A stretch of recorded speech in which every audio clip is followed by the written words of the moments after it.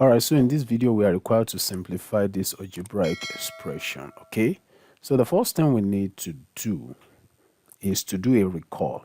So recall that if you have what? A raised to power what? Minus n, it is the same thing as 1 over what? A raised to power n. So down being said, so we can reduce this to what? 1, right? Divided by what? 2p raised to power 2 over 3 what? Q, right? Then everything raised to the power of 3. So this will still return 1 over what? 2p square over 3q. Then everything raised to the power of what? 3, because 1 raised to the power 3 is 3. It's equal to 1. So now, simplifying this further, we can write this as 1, right, divided by 2p square over 3q, then raised to the power of what? 3. And score.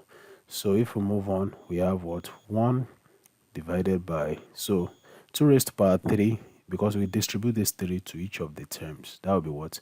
2 raised to power 3 times p raised to power 2 times 3, that is 6, over what?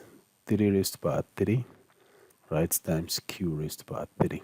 So this will return 1 times 3 raised to power 3 times q raised to power 3 over 2 raised to power 3 times p raised to power 6. So finally, 3 raised to power 3 is 27. That's 3 raised to power 3.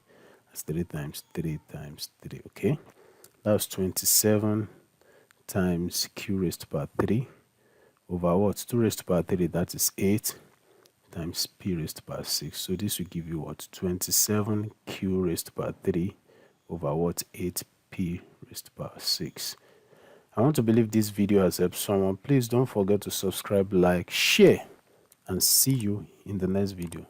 Thank you.